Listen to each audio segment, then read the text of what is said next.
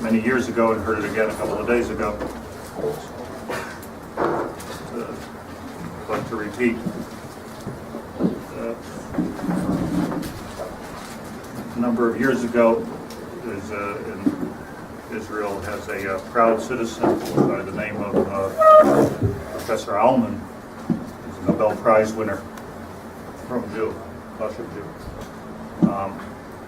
And he lost a son at war in the Israeli army. And he was at that time, lived in Rehavia, and when he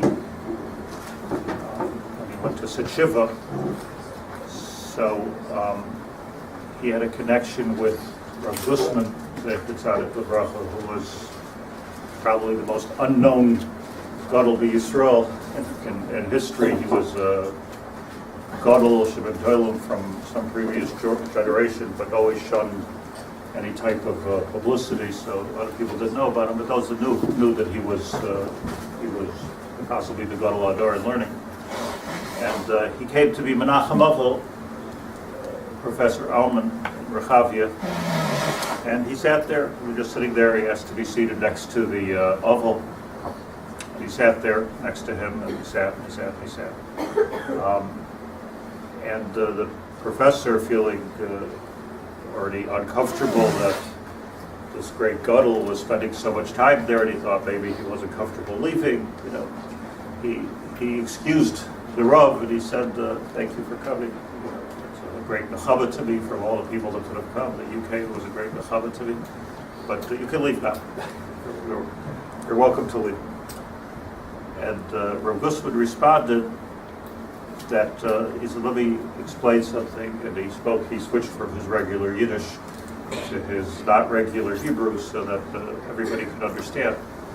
And he said that during the Nazi Germany, so he had a son that the Nazis pulled out of his hands and shot. They killed him. And he was able to flee. His running away was well known because he ran into the forest, and he existed for a long time on different things. There was a story, just as a side story, that at one point earlier than that, Reb Chaim Oizer, who he was very close with, took him for a walk in the forest and just gave him a lesson in botany and told him this berry, you can't eat this berry, it's poisonous one, you don't touch this herb, you can do something with this, you can make soup out of it. Reb Chaim Oizer told him all these things. He didn't know why he was telling him all these things, but that information was useful to him then in the forest, because now all of a sudden he knew what he could eat. He lived in the forest in Rav Gusman. So he said to the assembled at the Shiva house, he said that I never, because of the craziness of that time, I never had a chance to be Shiva for my son. So when I'm actually, if you don't mind, he said, I'd like to sit here a little bit longer with you, because like you lost a son, I lost a son, and I'm feeling like so many years later, I feel like I'm sitting Shiva now for my son too.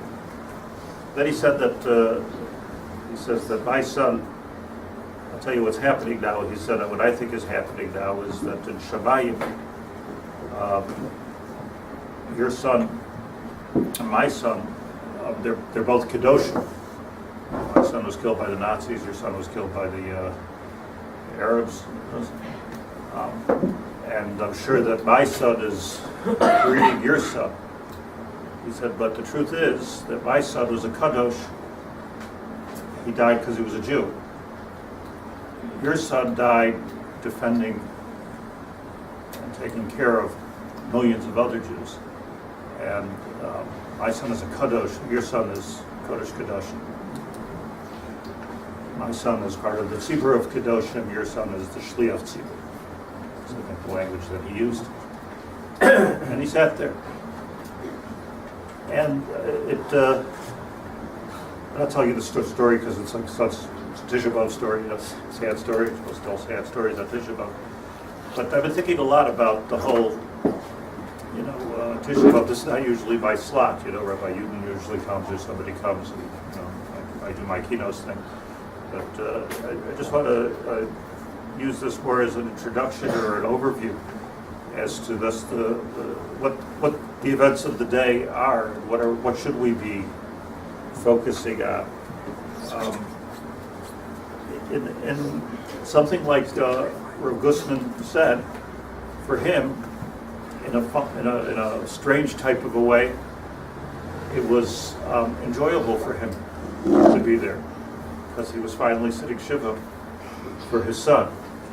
It's not a joy any of us should ever know, but it wasn't the Tsar, or it wasn't Tsar, but the Tsar had something positive to it. And I think there's a lot of misunderstanding, or at least not understanding as I understand, I don't know if I can call it a misunderstanding, about the avoda of Tisha B'Av. And I don't think the idea is to sit on the floor and cry necessarily, although if you're holding by that, so do that, if you feel the tsar of the Korban and Klal Yisrael.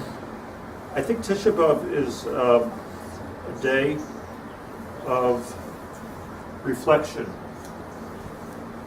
big time reflection, big picture reflection.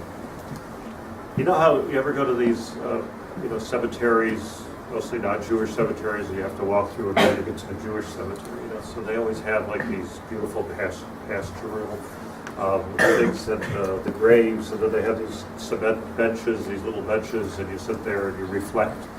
So I think that these chairs we're sitting on, or the floor that we're sitting, these are for reflecting. And what we have to reflect on is really the entire history of the Jewish people, the entire, all the different sorrows and all the different gullies, and even the good parts about the history of the Jewish people. I think that that's the overview.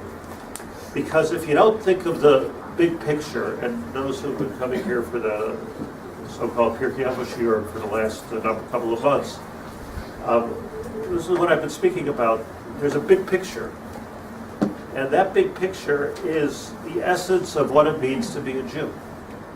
And part of what it means to be a Jew requires a day like Tisha B'Av. It requires a day where we can sit on that small bench and just reflect on everything from Adam Arishon until Mashiach. And that's what the Kinos is. The Kinos that we're going to read tonight and tomorrow mostly are really, they're very negative, and some of it's very sad, certainly.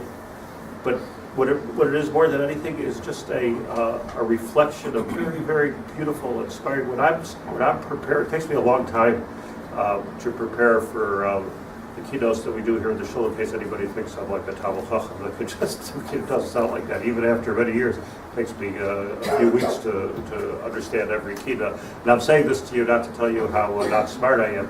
I'm saying to you I want you to appreciate it's not an easy libud. Keynotes is not an easy libud.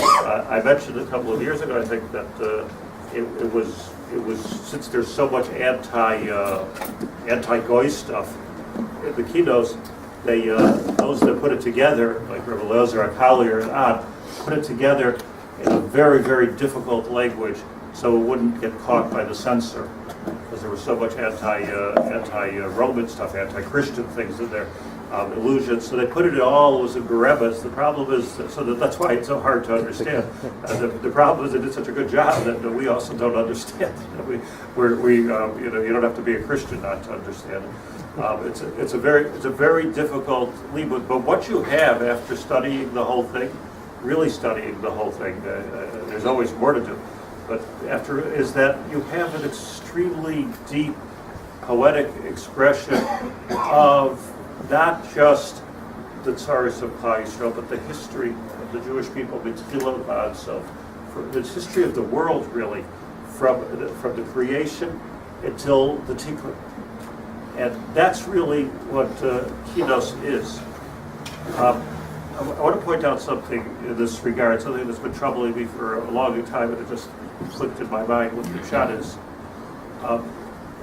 at the very beginning of the Torah, it says, "Gracious Bara Lakim B'S Hashemayim B'S Haaretz B'Haaretz Haisasayu V'Vayu V'Choshech Hafnei Tahayim." So Rashi and Chazal bring the famous medrash that Rish Lakish Darash Hagal Yusa. That Rish Lakish learned these psukim, Va'aretz Haisasayu V'Vayu V'Choshech Hafnei Tahayim. The Medrash Rabbah, there's pages and pages of different possibilities as to what those psukim are for, because really, what do we need to know? What the world was before it was created. That was the beginning of creation. It's not before it was created. It was the beginning of creation, but what's the point of it? And then Hashem made Or, and Hashem made water, and he did all the things, all 6 days of creation. So Rish Lakish, printed off the Medrash here, Rish Lakish, Rav Shimon ben Lakish, Pasar Karya Begalias. He understood the psukim are talking about Golos. And this is what he said. Va'aretz haisasayu ze Golos Bavel. Shneber Risias Haaretz, pasuk in Yirmiyahu. Yirmiyahu said, Risias Haaretz v'hinei tohu. So Va'aretz haisasayu refers to Malchus, or the Golos of Bavel, the Nebuchadnezzar, the destruction of the first Beis Hamikdash. Vavayhu ze Golus Modai, Persians. As it says in Esther, Megillas Esther, V'yavhilu lahavi es Haman Vayhu and Bahala.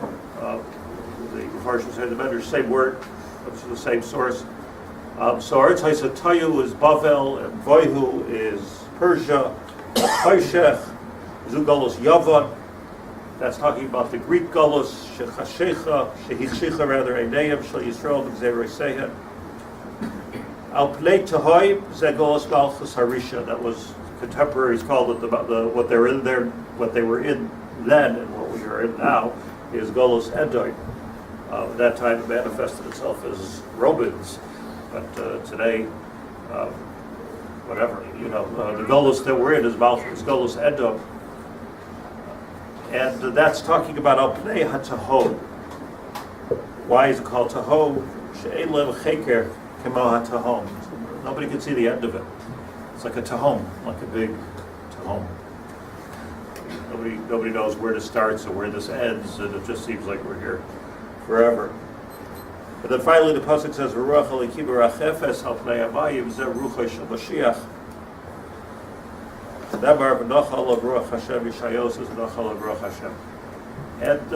I think most people have heard that Chazal, that the Arbagolias are somehow programmed into the first pasuk or two, pasuk Beis of Bereshis.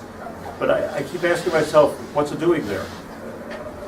There was no. If it's only later in the story that we went to Gan Eden and Adam Arishon. Chava did the chet of the Eitz Hadas, and we were expelled from Gan Eden, and that was the Golos. That's where the whole period of Golos began. That's where the world became broken. And it was only after that, and because of the Averas of Klal Yisrael, that we have Bavel and Yavan and Madai and Robi. What's it doing in Pasuk Beis of Bereshis? What's it doing there? Also, just turn a few pages of the Chumash in Bereshis by the Bris Bein Absarim. So Avraham Avinu said, "B'Me'eda, how am I going to know that it's going to be my children, that Eretz Yisrael is going to be my land?" So Hashem did the whole Bris Bein Absarim with him, and Rashi says that he was showing him not only the 400 years of Golus in Mitzrayim, the Ivdu, the Idu, but he was showing him the 4 Goliaths. The Gam, there's a drush of the Gam, showing him the 4 Goliaths. Why the 4 Goliaths? What do we want from where Ramat Beit Shemesh? 4 Goliaths, what are they doing here now? Moshe Rabbeinu, by the Sneh, Rashi says, heard about the 4 Goliaths. Hashem said, "What's your name? Tell them about the 4 Goliaths." And Rashi says, the Moshe Rabbeinu, Rashi, the Medrash, and Moshe Rabbeinu said, enough that they're slaves in Egypt, like I have to tell them about the 4 Goliaths also. Eicha Asher Eicha. So what's it doing there? What's it doing there where it didn't yet come into play? Why was it programmed into the beginning of the world? And I'd like to share with you what I believe is the simple pshat, obviously the pashut of pshat in this. And I looked around at the Mefarshim. Nobody seems to want to discuss, I guess because it's so pashut to them, nobody seem to want to discuss, like, what are these four golios doing at the beginning of the Torah before we weren't even created. Forget about doing something wrong. We weren't even created yet. What are we having four golios for? We were created until Friday. This was on Sunday. We were earlier. The pshat is this. Let me share with you something which is so simple and so deep at the same time. That the way the world was created. The Arizal speaks this out, but I think once you know this Arizal, it's pashut, but this is the pshat. We don't know what was going. We don't know what was here before Hashem created the world. You're not allowed to even think about that. Malafnim, Malach. We don't go there. We're talking about where the Torah starts was the beginning of the creation, meaning that the creation came from something very spiritual, God's world, something we can't understand. And here's where it landed. It landed in this world, and the world was toyu vavoyu, v'choshech al pnei tohaim. It was a mess. The world, in its rawest material, in its earliest state that we can have any concept of, was just a mess. It's like somebody would dump all of your furniture or all of your belongings. Or I have this picture in my mind since I read about it a few days ago of the Arabs. They were digging in the Temple Mount, so they undug, excavated all of the zechronos, everything, all the zechronos of the Bayis Sheni, Bayis Rishon. There are no zechronos because Aru Hada Yisoid, but the Nebuchadnezzar already took care of that. So the Romans didn't take care of this. We'll talk about it tomorrow. What the Romans' concept was with the Roman program, but the Arab program was to build a basement under the mosque, and they found all of the capitals and the pillars, and the floor tiles, and it was 400 trucks of it took it and dumped it in a valley outside the old city. Junk. The whole history of the Jewish people, pile of junk. So since then, they brought the whole pile of history to Hebrew University, and now they have teams of people taking it apart, going, you'll never get back what could have been and what would have been. That's Midrash Shamayim. What do you do? It was just until somebody had the seichel to say, hey, you can't do that. It's against the zoning rules, or you don't want to destroy all of history. So Pella, because if you want to make a shul on someplace in Beit Shemesh, if they find one thing, you got to stop building the shul. But this is the Beis HaMikdash, So.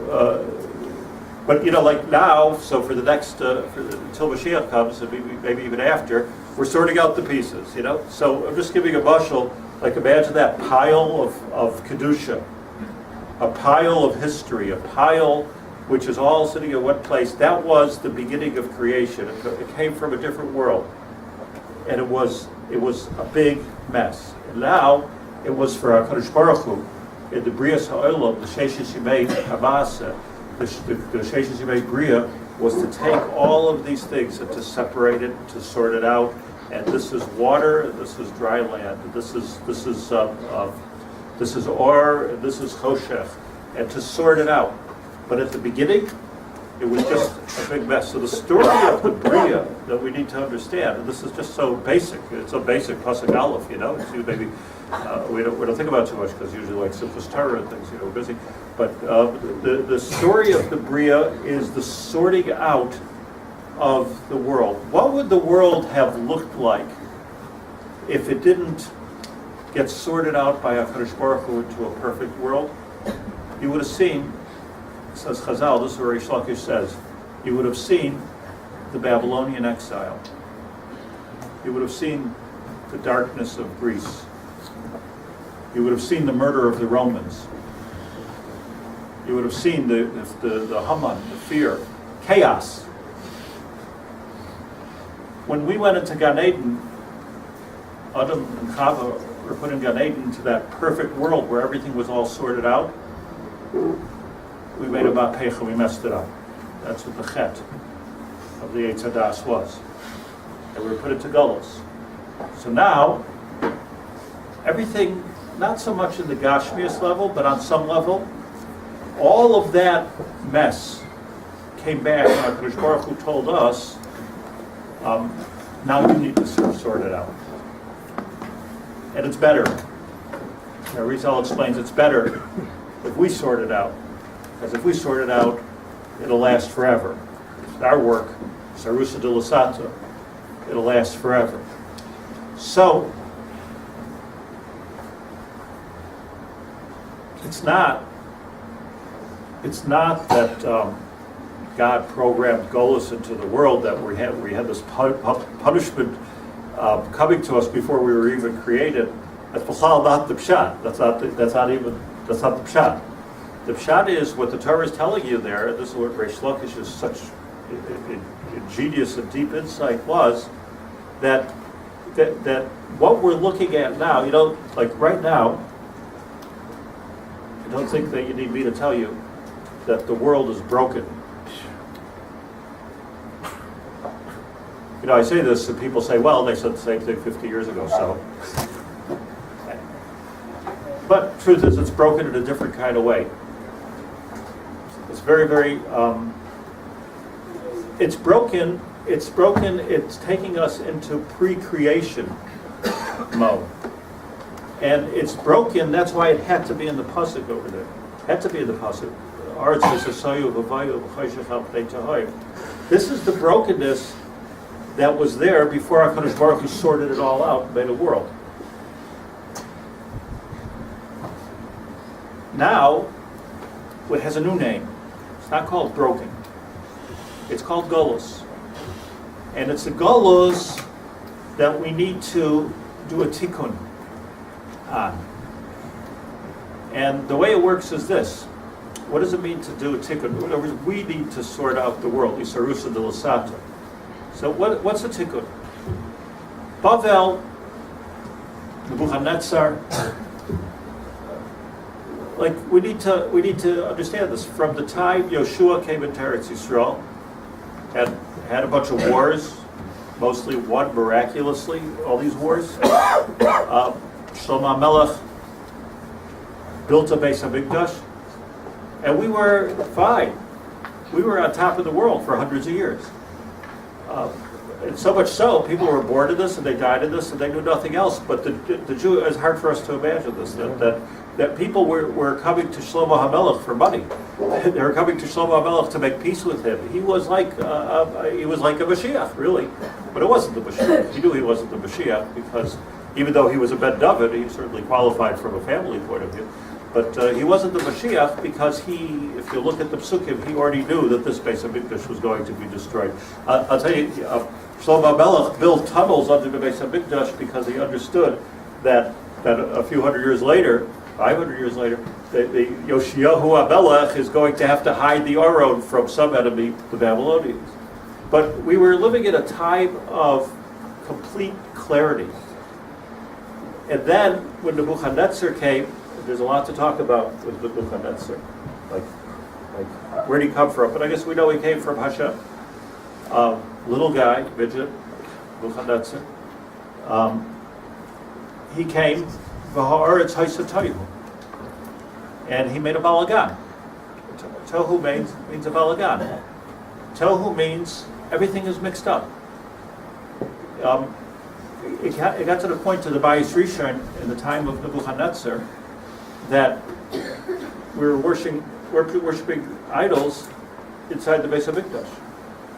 Balagan, Gilui Arayos, Shvichas Damim, Avodah Zarah. That's why the Beis Hamikdash was Necharab, right? It was a time when it wasn't clear. If you look at the history, it wasn't even clear what was Jewish and what wasn't Jewish anymore. When you look at it, when you look at what was going on there, like Pesel Bicha, for instance, that was like part of the religion. It's odd, even in Tanakh. It's very odd, that there was Avodah Zarah was part of it. I mean, it wasn't Judaism wasn't as sorted out as it is even today, believe it or not. It was very unsorted. Nebuchadnezzar created and came into a time of the particular mess that was there before the creation of the world, of the Golus Aleph, which is V'ha'aretz Ha'isa Tohu. He came into that Tohu. What was our job during that time of Tohu? Our job was to be Masakin the Tohu and do God's work. The Jews had to do God's work of taking the Tohu and sorting things out, making a Seder. And then we went into, we had to survive, let's put it this way, because it's important for me that everybody absorbs this. This is a very, we had to survive Balagan. That was our tikkun. You know, if you've ever been in a Balagan, then you know. If you haven't been in a Balagan, just hang around with me for a day. But if you've ever been in a Balagan, it's very disconcerting. Nothing is organized. Nothing is clear. You don't have clarity. Can we survive as Jews through a tohu? That's the question. Because if we could survive through a tohu, then we're masakin the tohu, 1 down, 3 to go. And then came bavohu, vayivhalu. We were shaking with fear in the time of Haman. This was a first. It was different than Nebuchadnezzar. Haman was simply Hitler. Haman was simply a Hitler of, let's kill the Jews. They need to be annihilated. And it looked like, by the way, he was very, very successful. He had the support of Achashverosh, who was the most powerful guy in the world. He had the support of the people. He had a date. He had everything all besudder. It was a new thing, like anti-Semitism was the bohu that Chazal Rish Lakish explains. Bahola. Can we survive the Persian Golus? If we can, then we did a tikkun. Then somehow or another, if we could come out, still be here, the Jews, then we'll be able to survive Bahola, as we have, for thousands of years, until Mashiach comes. So the tikkun, there was a tikkun of Tohu, and there was a tikkun of Vayu. V'hachoshech was the Greeks, Yavad, Hanukkah. Can we survive darkness? What does darkness mean? We're not killing you, exactly, but we're not letting you be Jews. We don't want your practices. If you want to practice, you've got to pretend you're playing dreidel, and then take out your Gemara when nobody's looking. Can you survive that? It's like surviving Siberia, you know? It was like surviving the Xeros of darkness. If we could survive that, then we survived not just Tayu, Vavayu, but we survived Choshech. We made a tikkun of Choshech. And then, the real hard one, Al Pnei HaTahai. Can we survive the seemingly unending Golus? And by the way, it's not just our Golus, the whole world is messed up. You know, for Shabbos, there was a trade in Switzerland. So the terrorists took over a trade and stabbed a whole bunch of people guilty. The whole world is nuts. You know, like, I mean, it's crazy. Switzerland, you know, Switzerland, that's where everybody's money is. Switzerland. You know, nobody touches Switzerland. They do. There's no boundaries any longer. This is a Tahaim. We're in a Tahaim Rabbah. Same kind of Tahom that it seems endless. It seems like it's depth, right? Tahaim Rabbah. Seems like the depth of the tsaris goes. Nobody can even figure it out. Nobody can even figure out who's the bad guys and who's the good guys, or are there good guys? Nobody can figure it out. Ask people who's killing who in Syria, like whose side are we on? Nobody knows. I don't think the president of the United States knows. He for sure doesn't know. But I mean, I don't think people know this is really a tahom. So now the question is, Nate Tahom? Can we survive in Tahom also? And if we can, then we've done the ultimate tikkun, and then we can be zocheh to say that we fixed the world. When Hashem spoke to Avraham Avinu and he gave him that nevuah of the Bris Bein HaBesarim, he told him the same thing, that you're asking for a land, and you're saying that children, and you're saying that you are going to make the tikkun. And in fact, Avraham Avinu was a superstar at the most spiritual level. But it's going to be through Avraham, through Yitzchak, through Yaakov. And what the nevuah of the Bris Bein HaBesarim was, L'dati, let me show you what it means to make the tikkun. Let me show you what it means to start the Jewish people. This is not a bowl of cherries on the one hand. This is a big job. And it's a job, and he showed him, says Rashi, he showed him V'gam, that's Hagoy Hazeh. He showed him V'gam, not just Mitzrayim. Mitzrayim is, that's one thing. Mitzrayim, I'm not going to say it's easy, but Mitzrayim was Mitzrayim. But you're going to have to go through Bavel, and you're going to have to go through Madai, and you're going to have to go through Yavon, and you're going to have to go through Robi. That's us. We're going to have to go through all this in order to make the tikkun of the world. So when I say, let me make myself clear, but when I say that the pshat in Tisha B'Av is to reflect, it's not just a question of, woe is me, woe is me. That's part of it, alalai li. But it's much deeper than that. It's much more profound than that. What we're really talking about is taking one day of a year and reflecting on what it means to be a Jew. And it's not that what it means to be a Jew is just pain and suffering. But what it means to be a Jew is one simple thing: tikkun. Tikkun olam, on the deepest level. Tikkun olam doesn't just mean hug a tree. Tikkun olam means that whatever is broken, it's our job to fix it. And you notice that if we are in denial of that obligation, it doesn't make a difference how firm we are. We missed it. We missed what it means to be a Jew. If we are in denial of if we think, well, that's just the world, that's the Bible. This is the world we're talking about. And this is us needing to be like Avraham Avinu was an or lagoyim, and Kal V'chomer an or for ourselves, or at least be or in our own house. But if we're not lichtik, and if we're not known as the source of all ethics, of the source of all seder, of the source of all integrity, of the source of honesty, as the source of law, of Musar, then we're not doing that tikkun. So what are we sitting and asking for Mashiach if we didn't do the tikkun? This is the tikkun that we need to do. I know it's not popular to talk about because you talk about it, people say tikkun olam. It sounds like I spoke once at a kollel, a big kollel in America, and I spoke about with her. If you look through all of Chumash and all of the Nevi'im and in Chazal, it seems that our job is to be the or lagoyim. However you do it, you can do it by sitting and learning. Maybe you can do it by joining the Peace Corps. There might be a lot of ways to do it, but you have to understand that that's what we have to do. And the Rosh Kollel said, I never heard anything like that. It's the Rosh Kollel, like a big chashuv person. He said, never heard of it. I said, you never heard about it? He says, yeah. He said he figured that that's what the Christians are for. So he said, you're telling me that all of Tanakh, 48 Nevi'im and 7 Nevi'os, they all ended up in Yeshua Notzri? Is that what you tell? That's Mishalom. That's Mishalom. They're just like a non-thinking moment. This is our job.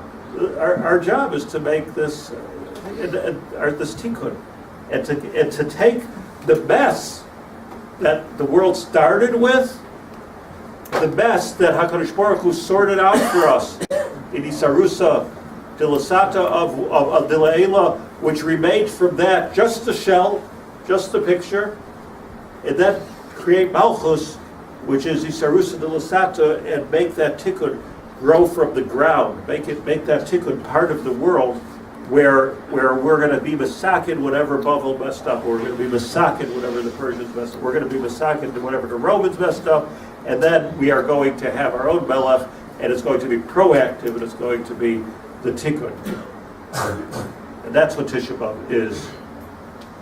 And that's really what kinos is. Of course, you realize that kinos is the same letters as tikkun.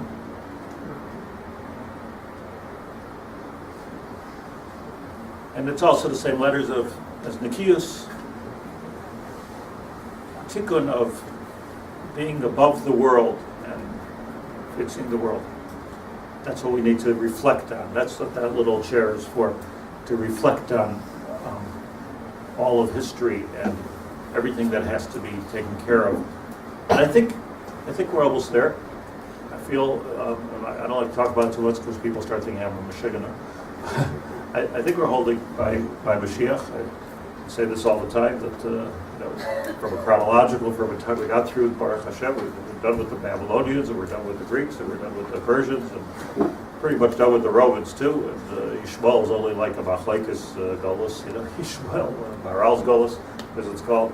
I think we're there. We have a kibbutz Golius, Baruch Hashem. Like I can't stop thinking about the fact that we're for the first time since Shlomo HaMelech, Rov Yisrael al Adbas, Rov Yisrael al Adbas. It changes everything. Changes everything. You need 51%. That's all. And we're way past that, especially when you consider that probably 50% of the Jews that are Chutzlars are Jews altogether.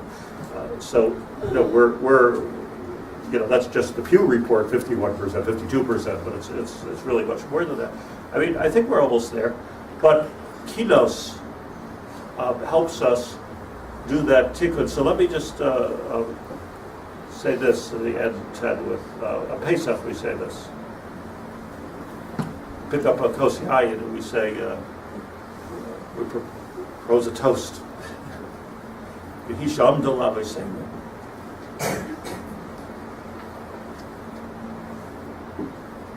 Chol dar v'dar amad aleinu l'chaloseinu. There hasn't been a generation where somewhere, there really hasn't been a generation. We thought, when I was growing up, we thought, okay, Holocaust is over, okay, we're free now. Lo kol kach pashut. It's not so simple. Wherever you go, Jews are scared. B'chol dar v'dar oimdim aleinu l'chaloseinu.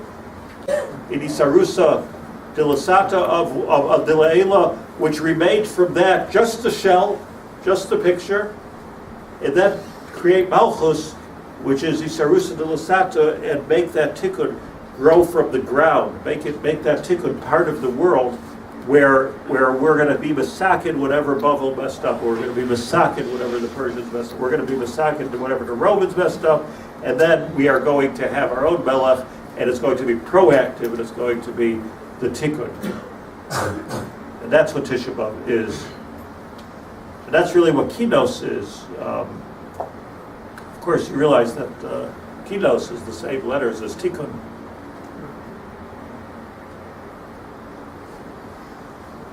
And it's also the same letters as nikius. Tikkun of being above the world and fixing the world.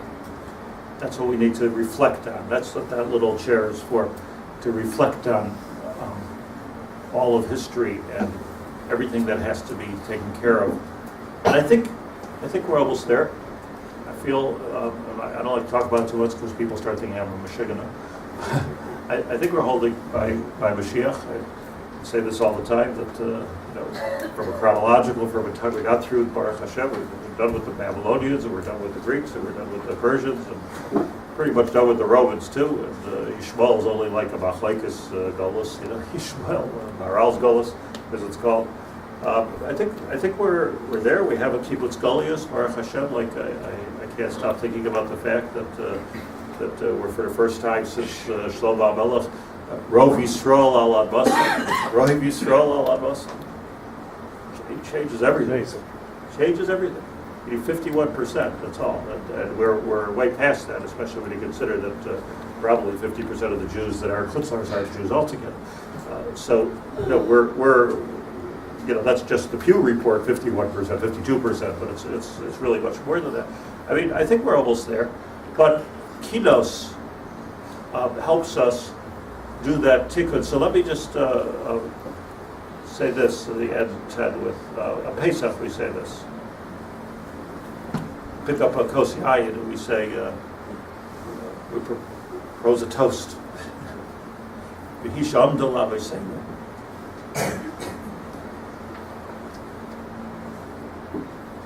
Chol dar v'dar amad aleinu l'chalei seinu. There hasn't been a generation where somewhere, there really hasn't been a generation. You know, we thought, when I was growing up, we thought, okay, Holocaust is over, okay, we're free now. Look, Holocaust pashuta, it's not so simple. Wherever you go, Jews are scared. B'chol dar v'dar oibdim aleinu l'chalei seinu. I have this book, I don't know what kind of, whatever, I don't know the fellow who wrote it, but I have a sample. He's a little bit of a learning disabled guy. He made a list of every tzara that Klal Yisrael has, like an encyclopedia of tzaras. I don't know how he lives with himself that way. Every year, yeah. Reish Ayin Aleph, Reish Ayin Beis, Reish Ayin Gimel, this bloodline, this expulsion, this, you know, everything. You've got everything in there, you know. So if you ever need an encyclopedia of tzaras, you know, here it is. Here's the digest. B'chol dar v'dar, oibdim aleinu l'chalei seinu. V'HaKadosh Baruch Hu matzileinu miyadam. And HaKadosh Baruch Hu somehow saves us. Here we are to tell the story. Here we are, Kinois Tikkun. We're not all here. There are many of those that didn't survive, even our own ancestry. Many people didn't survive. They dropped out of the race. They dropped out of the tikkun. I went to a Jewish school as a kid. I was just commenting tonight at my Shalshudas table. I went to a Jewish school. I never went to public school in my life. I went to a Jewish school. I and another girl in the class are the only ones that are married to Jews. Only one. I thought it was just I when my wife corrected me. There's Liz. she's married to a Jew. It's really unbelievable, but that's a sad thing. I mean, that's an extremely sad thing. But it's sad, but it should be put into perspective. And it's a bit harsh what I'm saying now. But the perspective is that it's like the Olympics. They fell out of the race. Somebody along the line made the wrong decisions. Somehow or another, they didn't have the schus avos, and somehow or another, they fell out. And we're still in the game here. We're still in the game. So what that means is HaKadosh Baruch Hu atzileinu miyadam. HaKadosh Baruch Hu saved us. We're the remnants of this because somehow or another, us or our parents or our grandparents or somewhere did something right. And we're still in the game to make this tikkun, and we'll be here. The Jewish people will always be here, as long as we're making the tikkun, and we're almost there. So this is the reflection of Kinos. This is the reflection. Kodesh Baruch Hu, we should be zocha. It's like such a good thing to daven together, that we should be zocha. That it's time already. Higia Zman. We've been through it all. I mean, how many tikkunim can we make? We're coming together in Eretz Yisrael. We're sitting here, not everybody, but a lot of people, millions of people, billions of people. It's time, I think, for the Geula, time to build Beis Hamikdash. It's time for a Mashiach to come. It's time for the world to become a Suda already. And Yecholiyot, that this is very real. This is very real because everything that was said from the time of Bereishis Ad has all happened. It's a very, very real thing. And this is real too. The Mashiach is also real. Ruach Elikim merachefes al pnei hamayim. Ruach Elikim merachefes al pnei hamayim. This is where we're at in history, and shenizke kulanu, we should be zocha imherav yameinu. Amen. This is the seder here. We're going to make a. You have a candle? Make a bari ha'esh. Everybody can be yotzei. Just want to remind, if anybody is can't fast, you're not feeling well, whatever. So don't forget to make a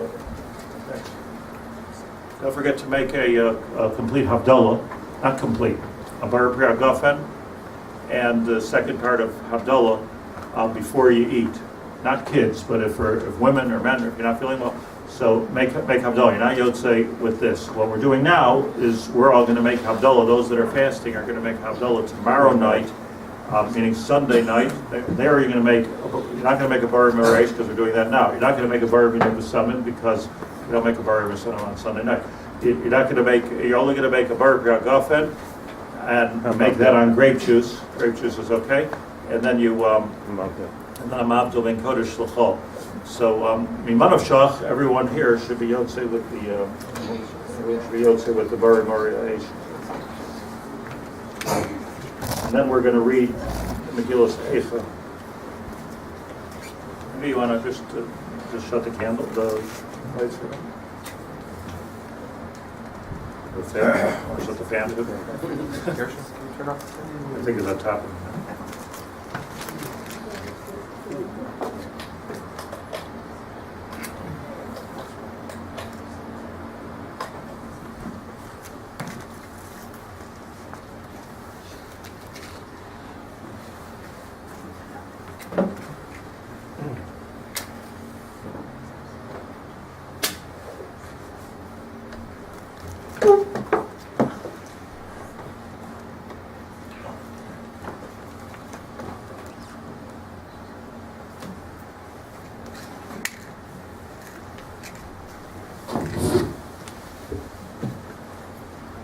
Ruchato Adonai Eloheinu Melech Haolam Borei Morei Ha'esh.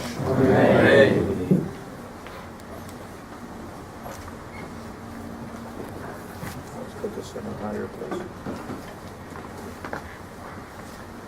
I'm sure everybody was able to.